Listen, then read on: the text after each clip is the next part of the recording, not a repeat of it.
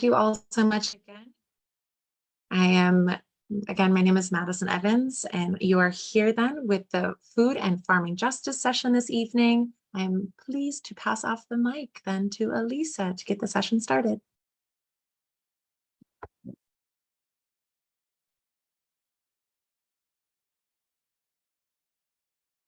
Okay, thank you very much, Madison. I appreciate it. I'm just going to share my screen and I'll introduce myself.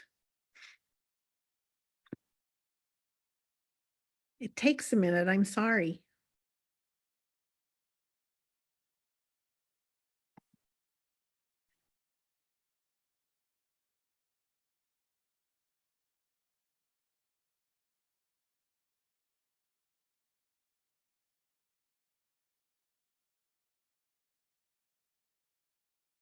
Okay, sorry, that took a little bit.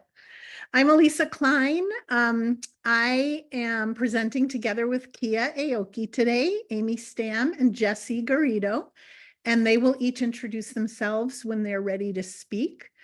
Thank you so much for being here. It's always a little bit weird to present on Zoom. It feels a little impersonal, but I appreciate your coming, and I hope we can learn together. We'll have questions at the end after each of us presents, and really looking forward to talking with you all. So my name is Elisa. I'm the executive director of an organization in Massachusetts, hello from Massachusetts, called Grow Food Northampton.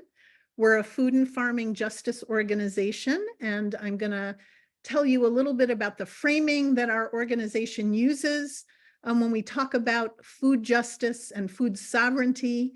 We'll define some terms, and I'll just show you how we make food justice happen at Grow Food Northampton in our small city of 30,000 people in Western Massachusetts. Oop. I have to use these buttons to move my slides. There we go. Okay, so this is the community farm at Grow Food Northampton. I'll talk a little bit more about it as I go on, but this is Dawn at the Grow Food Northampton Community Farm, a 121-acre community farm. The mission of our organization is to build a just and resilient local food and farming system that nourishes our community and protects and enriches the earth.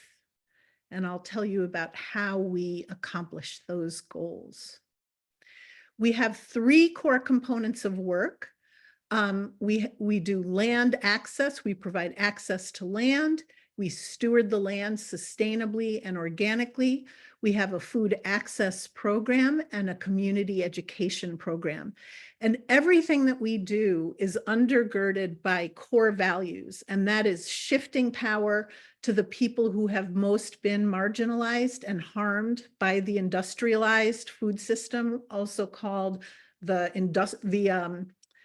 conventional food system, the mainstream food system, environmental land and farm stewardship. So we are really thinking about climate resilience, how we build climate resilience and adaptation in all of our agricultural, our food growing practices.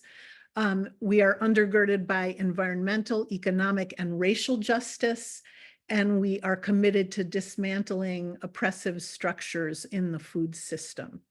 So those are the ways in which we think about our work and the three core components of our work. I think I'm going backwards now. So the reason that this session is called Short-Term, Long-Term, a Public Health Approach to Food Justice is that we understand that we need to meet the immediate needs of people who don't have enough food in the present. We need to provide food for people who are food insecure or hungry, but that's not enough. We're not a food pantry. We're not using a charity model and giving food out to people. We believe that we have to create the long-term infrastructure for a just and sustainable food system. And I'll talk about what that means to provide that infrastructure for a long-term goal. I want to talk about food justice in the United States really briefly. Over 15 million households suffer from food insecurity and hunger in the United States overall. But what is of particular concern and that shows us the inherent racism in our food system nationally is that 45% of Indigenous households don't have enough to eat, 24% of Black households, 17% of Latinx households don't have enough to eat, and white households have far less food insecurity at 10%. So let's define what food justice is. It's about food sovereignty, which is about communities having the right to grow, to sell, to eat adequate amounts of food, fresh food, local food, nutritious, nutrient-dense food, and food that's affordable and culturally appropriate. The dismantling of all forms of oppression that act as barriers for families, communities, to participate in that culturally relevant, healthy, ecologically sustainable food system. And lastly, it's access to nutrient-rich food that's grown with care, not just for people, but for the land where it's grown, for the workers who grow the food, for animals, for everyone in the community. So let's talk a little bit about land justice. We talked about food justice. You probably know that there has been historical theft and dispossession of land, particularly of indigenous peoples, the indigenous peoples of what we now call North America, but also of Black farmers and other communities of color. More than 60% of farm workers are BIPOC, yet BIPOC own less than 2% of all the farmland in the US. This is a deep racial injustice in land ownership, land access. In 1910, 1 in 7 farmers were African American, and they had about 19 million acres of farmland in their possession. But in the last century, 98% of those Black farmers lost their land through various USDA programs, farm support programs, and through downright theft. So today, 98% of the rural land is owned by white people, and less than 1% is owned by Black farmers and Black landowners. So I don't have time to go deeply into defining land justice, but it's essentially the opposite of the injustice that I just shared with you. But we think of it at Grow Food Northampton as land back, rematriation of land, reparative actions, repair to make sure that people of color who have been dispossessed of their land have access to land, have a return of their land. It's also about community stewardship of land, holding what we call agrarian commons, that there is joint ownership of farmland so that everyone has access to land. And also we see it as land justice as farmland access for growers, if not through ownership, through secure long-term leases. And that's something that we do at Grow Food Northampton. So specifically about Grow Food Northampton, we own this 121-acre community farm. It's formerly, of course, indigenous land, unceded land of the Nipmuc and the Pecumtuck. In the mid-1800s, the Northampton Association for Education and Industry, which was an abolitionist community, a utopian abolitionist community, the first in the United States to be a mixed community of Black and white abolitionists, actually farmed on the same farm that we now own and steward. So Grow Food Northampton provides leases from $0 to market rates, a sliding scale fee to 10 farms. We prioritize farmers of color, farmers from other marginalized communities, women farmers, LGBTQ plus farmers. We have 4 farms that are owned and operated by people of color, including a collective of 24 Somali Bantu refugee families, and many other diversified farms. We also have on the farm a 325 plot organic community garden. We operate with an equitable access policy. So again, those sliding fee scales, but also prioritizing farmers of color first. We grow acres of edible fruit and nut trees for community foraging. We have beehives, a medicine garden. We have something called the Giving Garden, where we grow food, organic vegetables to donate to local food pantries and meal sites. And we have a collaborative research plot where we have members of our members of our community who are academics and researchers doing research on climate resilient practices in agriculture. So we're just going to look at some pictures so you can get a feel for how beautiful and amazing this community farm is. These are different farms on the community farm.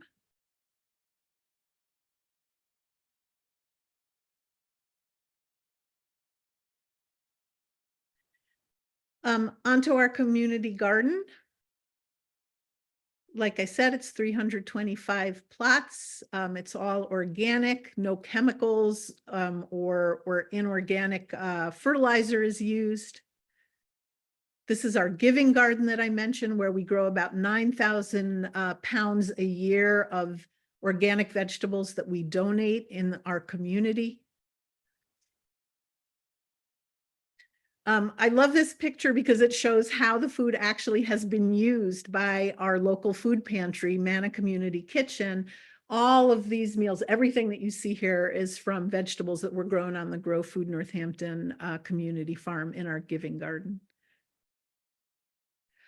So that was our land access and land stewardship. We also have a food access program. So that consists of year-round farmers markets. Our community is about 30,000 people in Northampton. Then there are many outlying other cities around us. But we sell about $700,000 in vendor sales at our community, at our farmers markets year round. And to kind of push back against that perception that a lot of people have about farmers markets, that they're kind of bougie and they're really for people who are rich. 27%, so more than a quarter of sales that we do are SNAP purchases. So people use their EBT cards. We do a SNAP match and double their spending capability at the farmers markets. So 27% of sales is actually to people who have some level of food insecurity. Again, some images just to get a sense of the market. Our food access programming also includes our free mobile farmers markets. Kia's going to talk more about that because she's very involved in that, so you'll hear more. But in the last 4 years, we have purchased from 65 local farms over 1 million pounds of fresh local produce and other farm products that we deliver to up to 16 low-income housing communities in Northampton.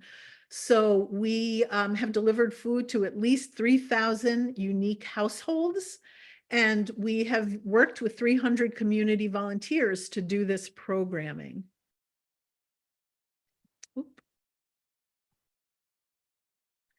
You can see we deliver year-round in snow,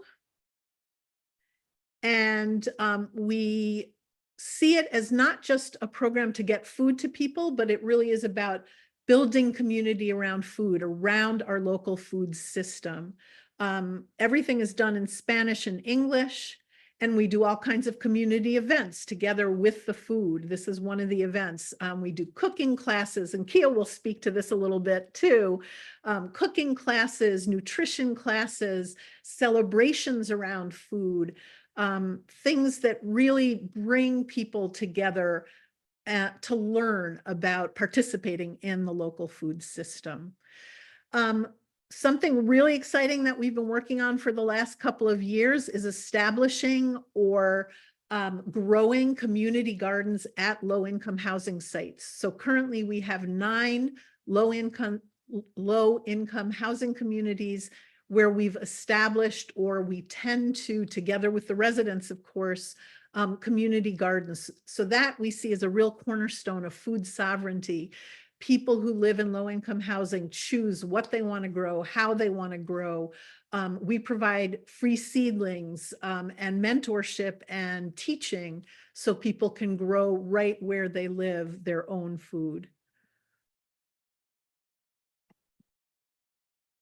And lastly, we have a very robust community education program for learners of all ages. Amy's going to speak a little bit to how her school fits into that.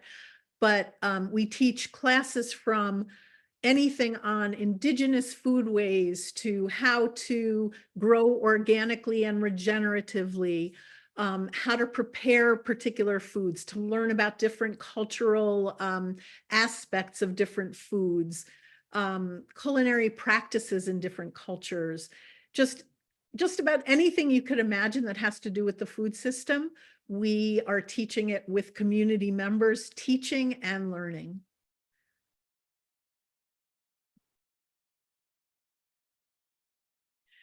That's the end of my presentation. I showed you a picture at the beginning of our farm at dawn, and this is at sunset. And I'm going to hand things over to Kia Aoki now. Okay, thanks, Elisa. And thank you so much for having me. And I'm excited to tell you about all the kinds of things that the community itself is involved in. But I have a cheat sheet so pardon my glasses. I currently live, and I have been for the past 20 years, in a low-income housing community. It's called Hampshire Heights. And for the longest time, people don't really pay attention to us. Low-income people really aren't important, because we don't contribute a whole lot to the local economies. But at the same time, there is a lot of passion and a lot of care about, each other and about what we get to eat. And Grow Food Northampton has really stepped up in that way. We have, in the very beginning, so I guess Grow Food Northampton was coming with a mobile market really early on before the pandemic. And they were accepting SNAP and HIP, which is you can buy $40 worth of vegetables for using your SNAP benefits, and it's technically for free, and you get all that back in SNAP. And then what happened was the pandemic came and the mobile markets went away, and Grow Food Northampton, one of the staff people came to me and asked if I was interested in starting a food, kind of a food access advisory committee, which was really what we're calling it. And what we wanted to figure out was, how can we, during this time, during this food emergency, how can we get fresh produce to people in low-income housing so that they have a chance to eat well and at least stay as healthy as possible during this really crazy time. And there we are. There's actually a couple of more people that are missing from here, but we're the Food Access Advisory Committee got together, and we talked about how we wanted to get our food delivered in a really safe way.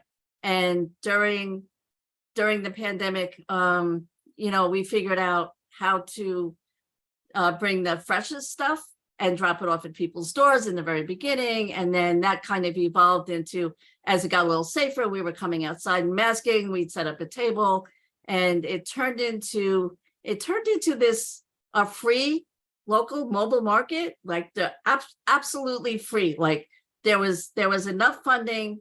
Elisa's a genius at getting funding for things like this. So we were able to get a free mobile market to Hampshire Heights and to I guess between 8 and 16 other sites around Northampton that has been like really incredible about bringing food. We'd set up a table and they would come with the truck, and all the food would go out on the tables, and people just come and pick whatever they wanted. There was no limit. You could get whatever you wanted.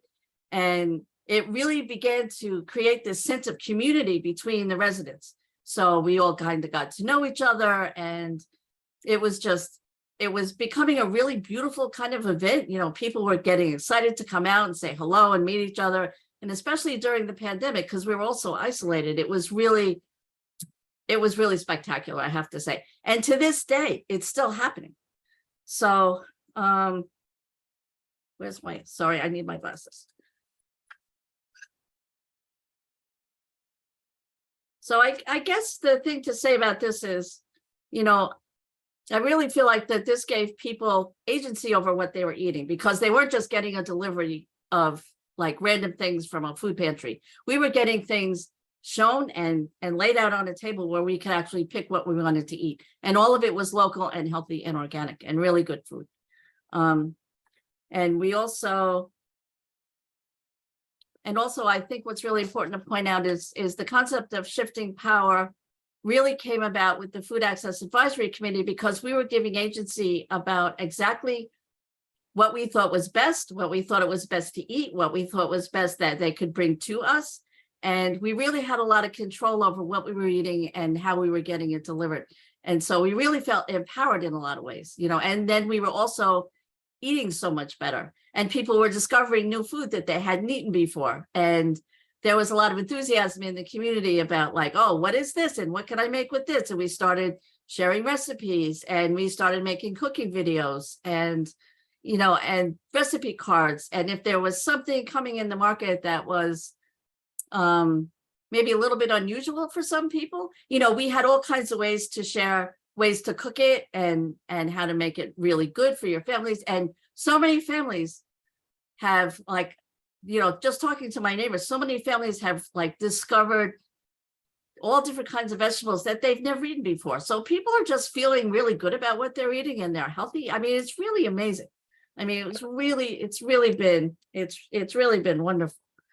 I think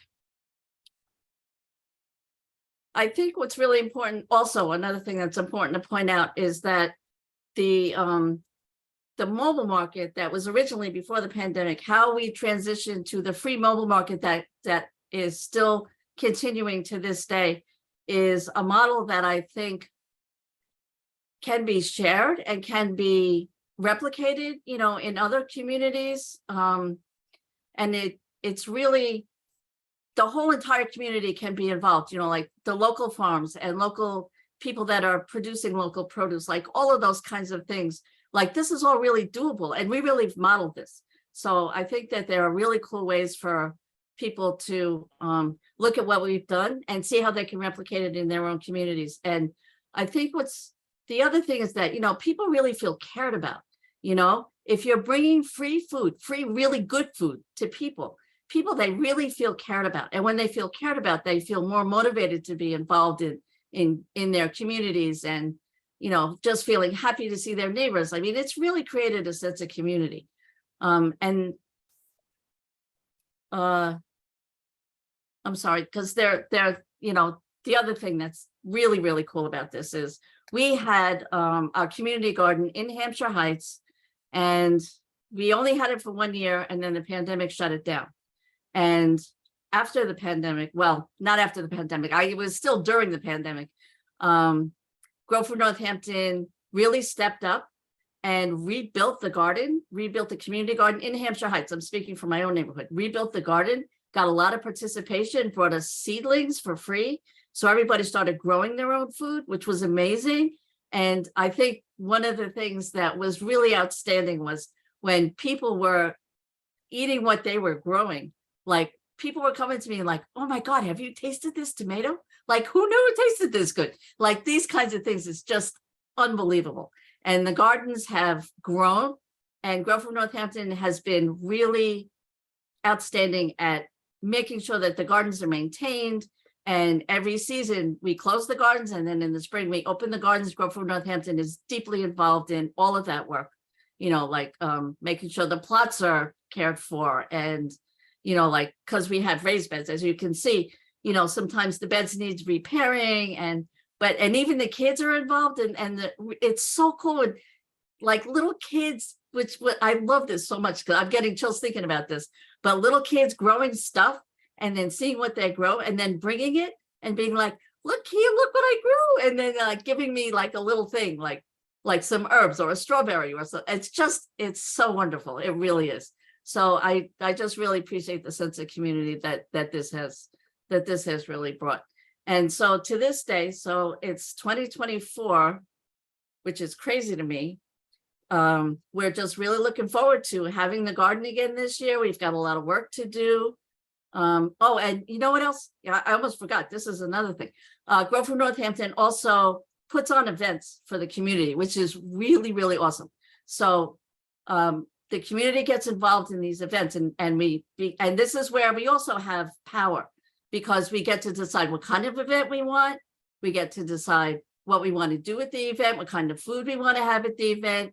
And here's a picture of us making food in a potluck that we're doing, and all of this food comes from Grow Food. So, and then we all get together and cook it together and then have big parties, and, like the kids come out, and it's just really amazing, so I just really want to highlight the fact that, being involved in the community, making people feel like they matter really makes a difference. Because then if they feel like they matter, they come out. And if they feel like they matter, they come out and they want to help, and they want to help other people. And so it's like this chain of events that kind of like, one thing leads to another, and the community just continues to grow and grow and grow. And we get together and do, we have, so we do recipes together. We've done cooking videos together. We do recipe shares. We have some very local events, like each of the housing sites will do something a little bit different, depending on who lives there. Like we have some sites where it's just elderly people, and so they have their own dietary needs and their own ways that they want to get food to have an event with. We do wreath making. They can see this. I mean, there's so many things. I could talk about this for days. It's it's super fun. I mean, I just love being involved with Grow Food, and because of my involvement with Grow Food, which I think is really amazing, is because I've been very enthusiastic about this work. I was invited to become a board member of Grow Food Northampton, because it is a nonprofit. So it's a volunteer board of directors. And I've been on the board for about 2.5 years at this point. And it's just been wonderful. And I just really love being involved and being able to help and being able to, make contributions where I can and where it's important. And I think what's really been meaningful to me is that as somebody that comes from a low-income community and has been, I don't know, just feeling, I mean, I really came out of a very deep depression in the middle of like between 2010 and 2015, I want to say, and then coming out of depression and then having Grow Food being an organization that really came and made me feel like I was cared about, like really pushed me into that like full recovery and getting back involved in my community. And, it's just been spectacular. So I love these people. I love these people with all my heart. I mean that seriously. So I really appreciate your time for listening, and thank you so much for having me. And I'm going to pass it to Amy. Thank you so much, Kia. That was great. And sorry, my voice is I have a little bit of a starting cold, I think, so please excuse me. My name is Amy Stam, and I'm a special education teaching coordinator at Heck Academy, which is a high school in Northampton, Massachusetts. And also here is Jesse Garrido, who is a student at our school, Heck Academy. And we're going to be talking also about Grow Food Northampton's effect on our school.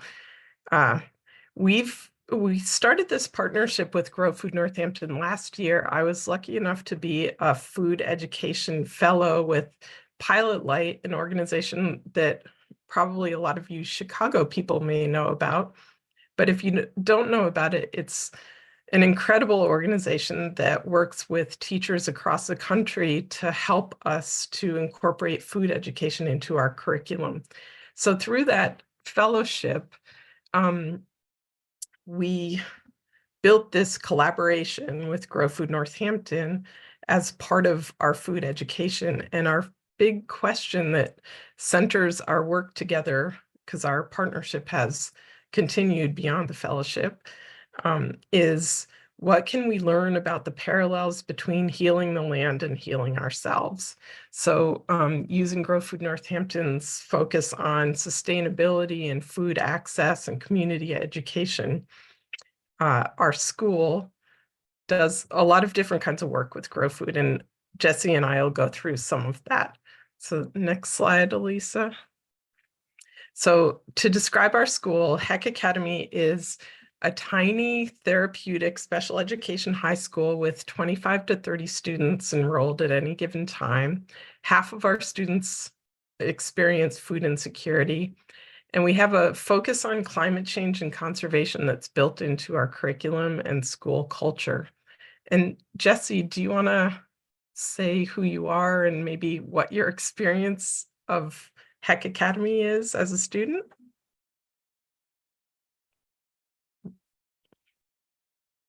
Wait, I can't hear you. Can other people? No, I also can't hear you, Jesse. Because she unmuted herself.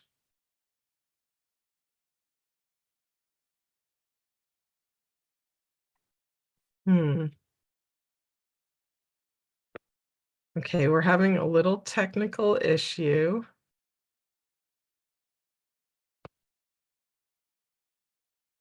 Madison, Jesse, maybe we can try. Do you mind exiting the session, and then I can just have you pop right back in and see if that makes a difference? Awesome, thank you.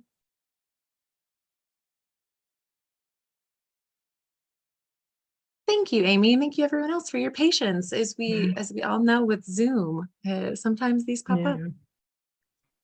So while they're dealing with that, I'll talk about the first form of, oh good, Jesse's here. Let's see.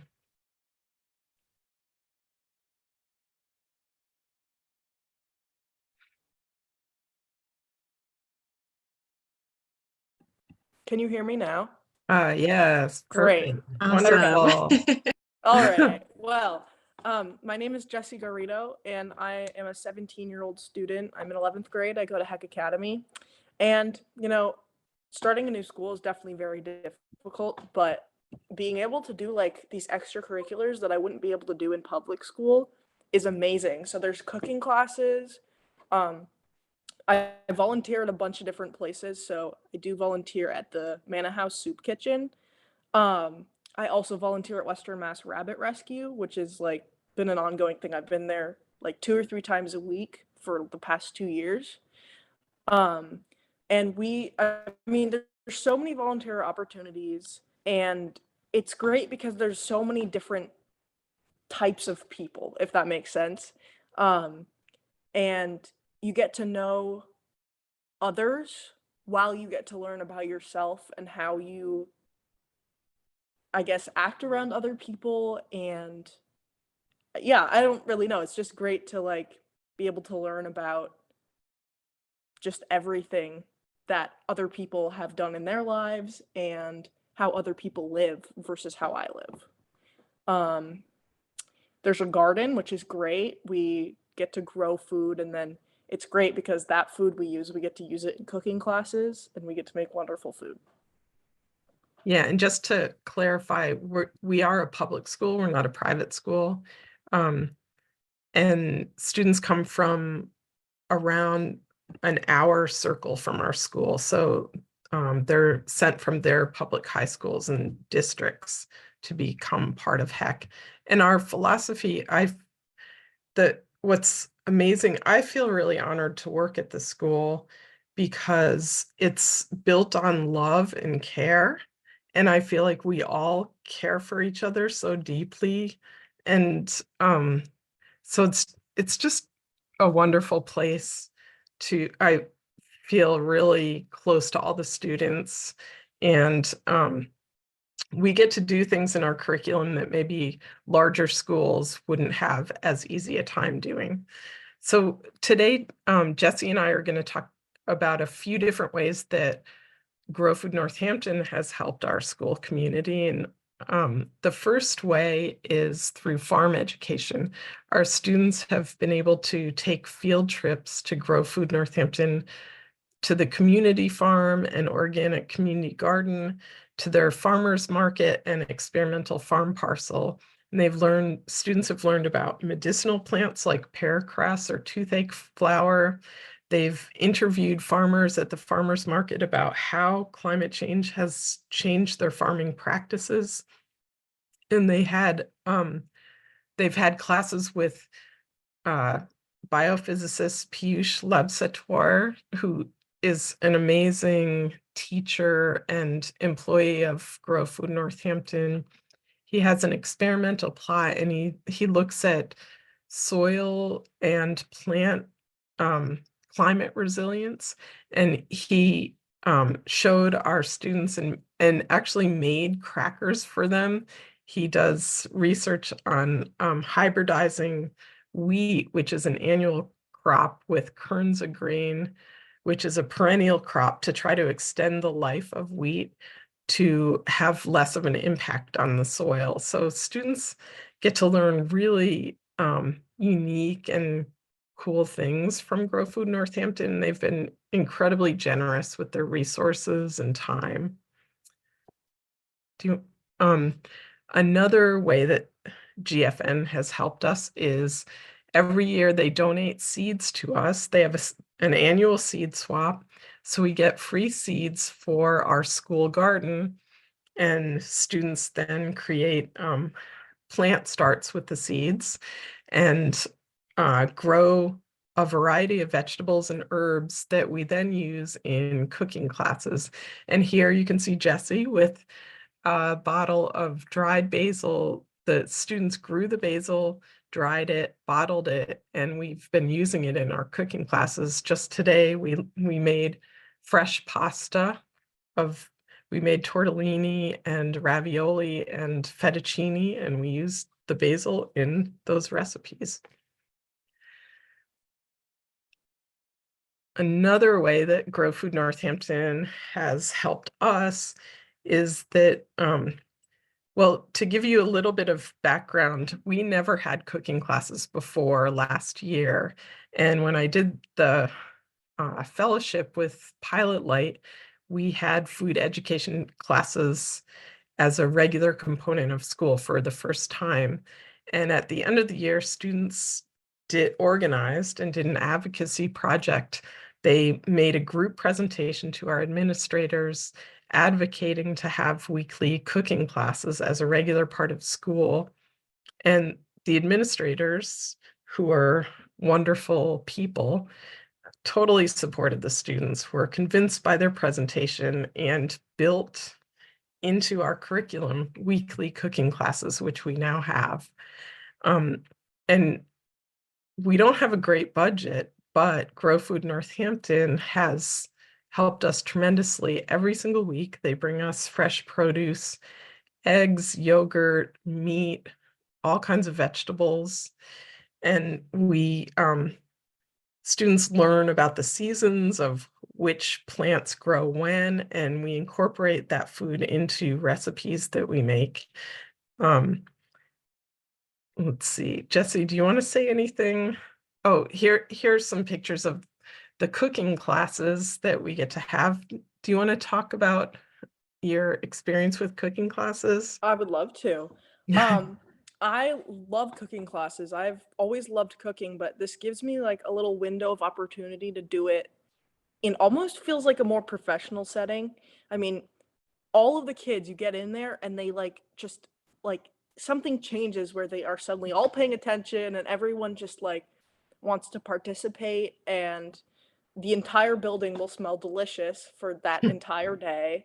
And it's so great because a lot of kids that don't really like to try new foods, almost every single student will try this exotic new food that we decided to cook that day.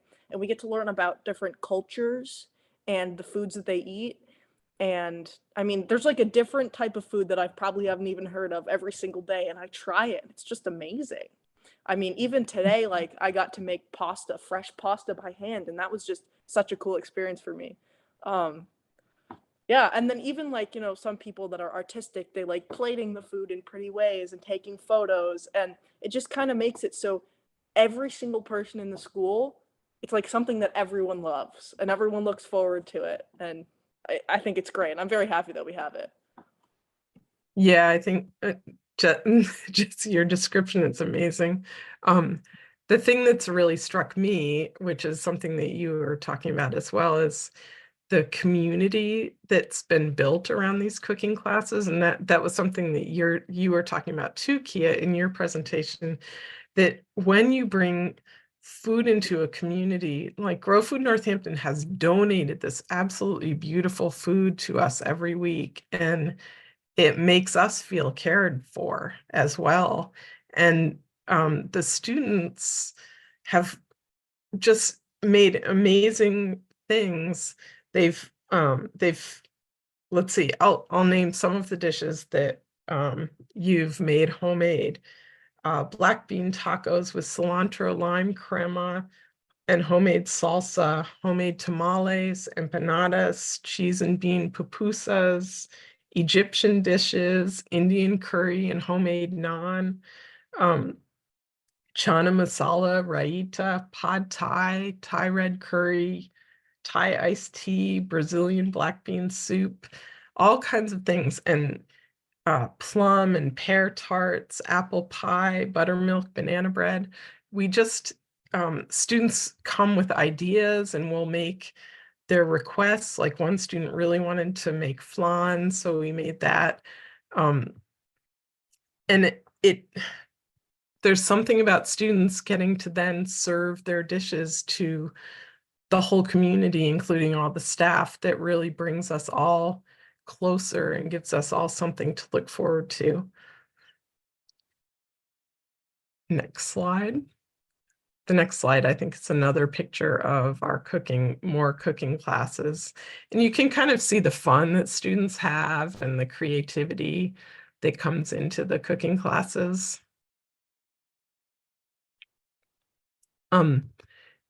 Another great part of it is that last year we had, through Pilot Light, we were given funding for a day with a guest chef. And the chef who came is someone who's been associated with Grow Food Northampton for a long time. In fact, Grow Food Northampton made the suggestion that we hire this chef. She's an Egyptian American chef named Mi Bashai. And she came and she loved working with our kids so much that she's been a regular volunteer ever since. She's taught numerous classes, and the kids love her. She spent a day sharing recipes from her Egyptian recipes of her mother's with students. So there was a real feeling of honor in the class. And what's also really cool about this is that ever since Mi has been coming, other staff members have stepped up to be guest chefs in our class. So our school nurse, Kayla, it just so happens that one of her hobbies is creating historically accurate buildings out of gingerbread. So she organized a whole gingerbread world contest where the students broke up into 3 groups and came up with ideas for, one was a Shrek world. There were different gingerbread worlds, and she helped them with all the technical parts of baking and putting together these structures. And it was just a really great, different way that the students got to interact with the school nurse. And then another teacher, David, specializes in Szechuan cooking, and he taught the kids how to make spicy Szechuan boiled chicken and Szechuan cabbage stir fry. So they got to see a whole part of his life through these classes. And it's just, I think with this partnership, it's just exponentially created something also that Kia, you were talking about. It just builds on itself and all these amazing things grow out of it. Next slide. So to give back to Grow Food Northampton, our students have done a couple of things. One, they volunteer their labor on Grow Food Northampton land. For example, in July of 2023, Northampton experienced the worst floods of the country at that point, and Grow Food Northampton lost 60 acres of community farm and community garden land. It was pretty devastating to many of the farmers and community gardeners, and our students joined hundreds of community volunteers to help clean up the land from the flood devastation. And some of our students said that it was some of the most meaningful work that they've done. They felt really deeply moved by watching the community and caring for this organization. And another way that we've been able to contribute to Grow Food Northampton is through a service learning project that students have engaged in, where they interviewed Grow Food Northampton staff members and community gardeners to find out what they might need, what might benefit them. And the community gardeners talked about how some teenagers remain involved with the community garden when their family gardens, and others sort of drop off. And they also said that children, when their family is gardening in the community garden plot, sometimes need some extra activities. So Heck Academy students design scavenger hunts and garden-based activities for children and teenagers, and they spent time researching and ordering books about food and gardening. And they built these two structures here. One on the right is an activity. It's an activity box, so the students, we're about to donate these two things. They're almost finished. They're on the verge of being finished. So students will fill one with games, activities, tools, things that can engage children and teenagers. And then the other, the little mini barn, is a little free library where they're going to place gardening, food, cooking books, food justice books, a whole mini library of resources for community gardeners and farmers. And that's the work that we've done so far. And in the future, we have a bunch of plans to continue our partnership. And I'll just mention a couple of these. We've been in communication with Grow Food Northampton about Heck students co-teaching some of the cooking classes in the low-income housing communities, which would build leadership in our students. And now that they've had all this experience in cooking classes, some of them, like Jessie, I have to say, Jessie is an amazing leader in the cooking classes. She really, because she's had culinary experience and knows a lot about cooking techniques, she often will help students learn how to make a salsa or learn the difference between dicing and mincing, and she really steps up. So someone like Jessie or some of the other student leaders might in the future co-teach a cooking class. And students have also started doing fundraisers, like Jessie's involved in a fundraiser for the rabbit rescue organization that she mentioned. But we're gonna, in the future, use our cooking classes to organize a fundraiser for Grow Food Northampton to thank them for all that they've done for us. And you can read the other ideas on the slide if you want, but Jessie, is there anything else you want to add about? I would like to say one more thing. What I really appreciate about these cooking classes is because we have the resources that we need now due to Grow Food Northampton. If we come in one day and, I mean, for example, this morning, I was like, I don't want to use the pasta maker to make pasta. I just want to do it by hand using a rolling pin and then using a knife to cut out like fettuccine. we can do that. You know, we don't have to follow the recipe perfectly. I know another time I wanted to make some fresh salsa, and I Mm. mean, I went to culinary school for 2 years, so that was just something that I could do, which I thought was really cool. Yeah. So now, thank you. I guess we'll turn it back to Elisa, and if any of you have questions about any of our presentations, feel free to ask. Yeah, we'll open it up for questions, and you can unmute yourself if you have a question. Might make sense, I guess, if you raise your hand.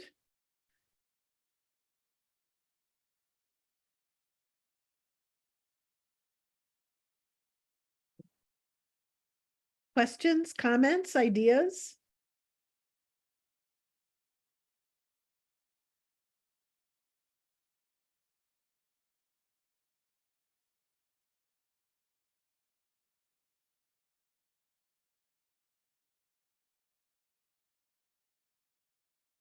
Anything that was particularly of interest to you, or anything that you kind of have question about or didn't think made sense? Oh, it looks like we have a question in the chat. Amy, what advice would you give teachers looking to start a similar partnership in their communities? Let's see. I think first I would research what organizations are in your community and what their values are. We are really lucky that we have a real social justice valued food organization. And also I think what was really powerful, I would highly recommend getting in touch with Pilot Light too and seeing about partnering with them, because they also are an amazing organization.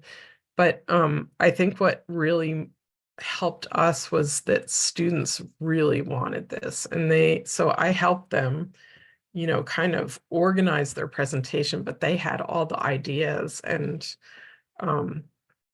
all the reasons that they wanted cooking classes. It's a little hard because our school is really small and it's easier to kind of initiate things than some of the larger schools, I would imagine. But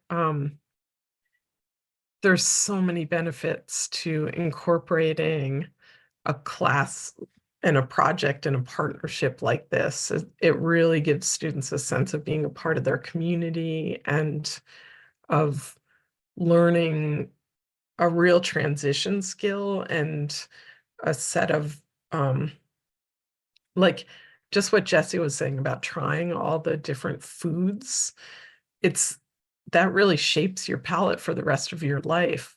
I can't tell you how much student eating habits have changed over the last 2 years. So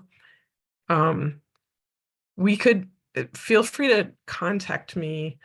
We can have a longer conversation about maybe strategizing how to set up a program like this. I'll just add too that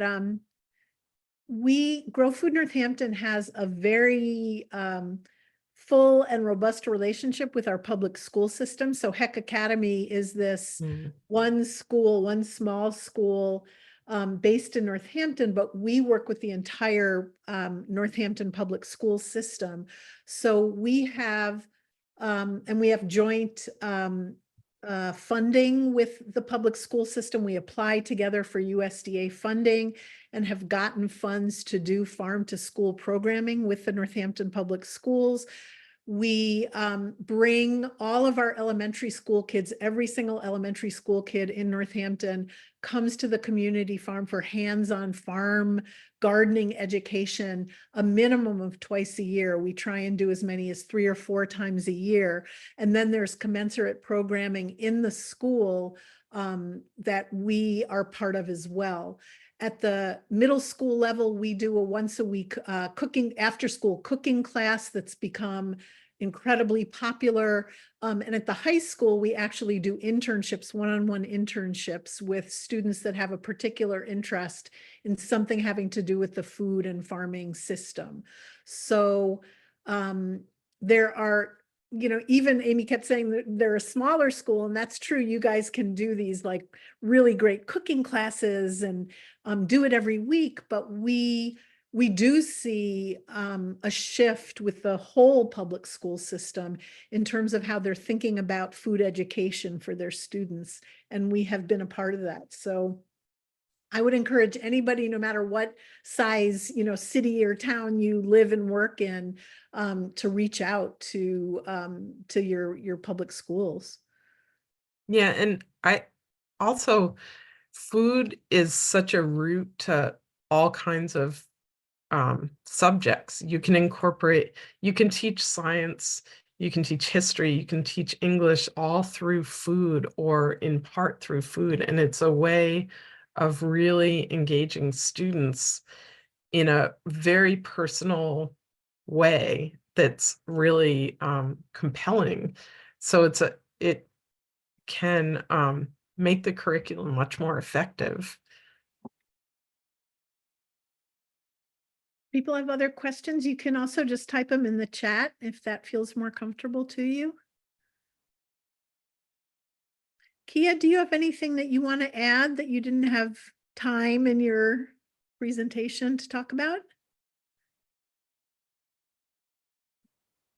Yeah, I was actually thinking about the being on the board of Grow Food Northampton, because it's I come from New York City and I'm kind of a social person, and being depressed and then isolated was really not in my nature. And once I got on the board, I got offered the position to be on the development committee, which is we're the people that go out and raise money. And what's really been awesome is I love doing that. I love going and talking to people and asking them, telling them what we do and how well we're doing it and why we're doing it and raising money for the organization. It's been really fun for me. It's like my favorite job, and I'm not getting paid, so it's not really a job, but I just love doing it. There's been a lot of opportunities, like my connection with Grow Food Northampton has brought me opportunities in other places, and people around the community know me really well now. And one other thing about the food distribution, the free farmers market, is that in my particular community, we have about 90 households, and I would say most of them are immigrant families, and they're from all over the world. I mean, there's like 4 white people, I'm one of them. And and one thing that Grow Food Northampton is really sensitive about is bringing culturally appropriate produce to these families. And there's been I just think that people are, when they ask for something, they're able to get it. So that's another really important part of the mobile market. I think that is really important to highlight. So so the care runs really deep, and it's obvious. It's obvious to people that the care runs really deep. So the community has just been a lot more, a lot more friendly to one another, and feeling good about speaking to one another. It's, low-income communities are hard places to live. I've been here a long time, and they're hard places to live, because low-income communities tend to have a lot of people that suffered some kind of trauma. And it takes a long time to trust people or to trust one another. And having a community like this, where Grow Food is coming in and included absolutely everybody, there's a lot of trust building that has happened, throughout the last 5 years, since I've been involved. So that's another thing that's been really wonderful for us. Thank you, Kia. There's a question from Aaron. I hope I'm saying your name right. In offering such a broad spectrum of programs like the cooking classes, et cetera, do you at Grow Food have volunteers who lead those, or a team of employees, or a mix of both? So that's a great question. We definitely have a lot of community engagement that that helps us do our programming, but we're a pretty small but mighty staff of 11. So we have an education manager who oversees all the education programming. We do have volunteers that help with the field trips when kids come to the community farm. all of our land stewardship work is done with lots of volunteers. Amy mentioned the flooding that we had in July last year. We had over 300 people step up to volunteer in a span of a month to help basically clean up the farm. And that was an incredible outpouring of community support that helped us do that work. We're now creating a riparian buffer along the river that flooded and that will flood more and more with climate change. We're creating a barrier of trees, but not so much a barrier, but trees that, excuse me, put down really deep roots to really hold the soil in place. And all of that tree planting will be done by volunteers. So there's definitely this very reciprocal relationship between our organization and the community. We're pretty well known at this point in the community, and people really do just show up for us in so many great ways. So thanks for asking that question. There's a question from Lori Dettenber. One thing I've heard that's leaving an impression is ways that GFN is comprehensive, responsive, reciprocal, practical, and full of heart. Thank you, Lori. That's really sweet. I like to think of that as true, but I'm not totally objective, so it's nice to hear it from somebody else. Madison says we're nearing the end of our session. So let's see. You'll be prompted, this is for everybody, you'll be prompted to provide feedback with a survey poll, and please be prepared to share your thoughts on the session. Do we have 2-3 more minutes for any other comments? Jesse, do you have any parting thoughts that you want to share? Oh, we can't hear you again. That's so strange. You could, if you want to type anything in the chat before you have to leave. Jesse has to leave soon too. Amy, do you have any parting thoughts that you'd like to share? I just want to thank all of you for your patience through our technical difficulties and for listening to our collaboration. It's really great doing it on the ground, but it's also really nice to be able to share some of this with other people who aren't part of it directly. So I appreciate that you took the time to actually come to this session. Yeah, and I want to thank everyone who's here for being interested in this topic and being part of the food system world. It's so important with increasing climate catastrophe and our national food system essentially disintegrating. It's so important that we're thinking about all of the ways that local food organizations can support our communities and keep us eating. So thank you so much for being with us. Really appreciate it. Kia, any last thoughts? Oh, man.